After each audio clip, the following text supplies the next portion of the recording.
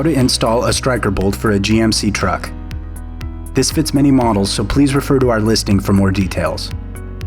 You'll need a Phillips head screwdriver and a 14mm wrench.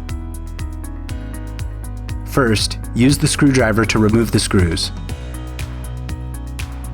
Slowly pull the light away from the truck. Then use your fingers to unscrew the bulbs from the light. Place the light aside. You'll notice that the bolt has an opening for a Torx screwdriver on one side and a large bolt on the other.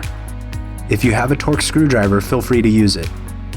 If not, hold on to it on one side and use the wrench to unbolt it from the other. Now, screw in the new bolt in the same way. Screw the harness back on.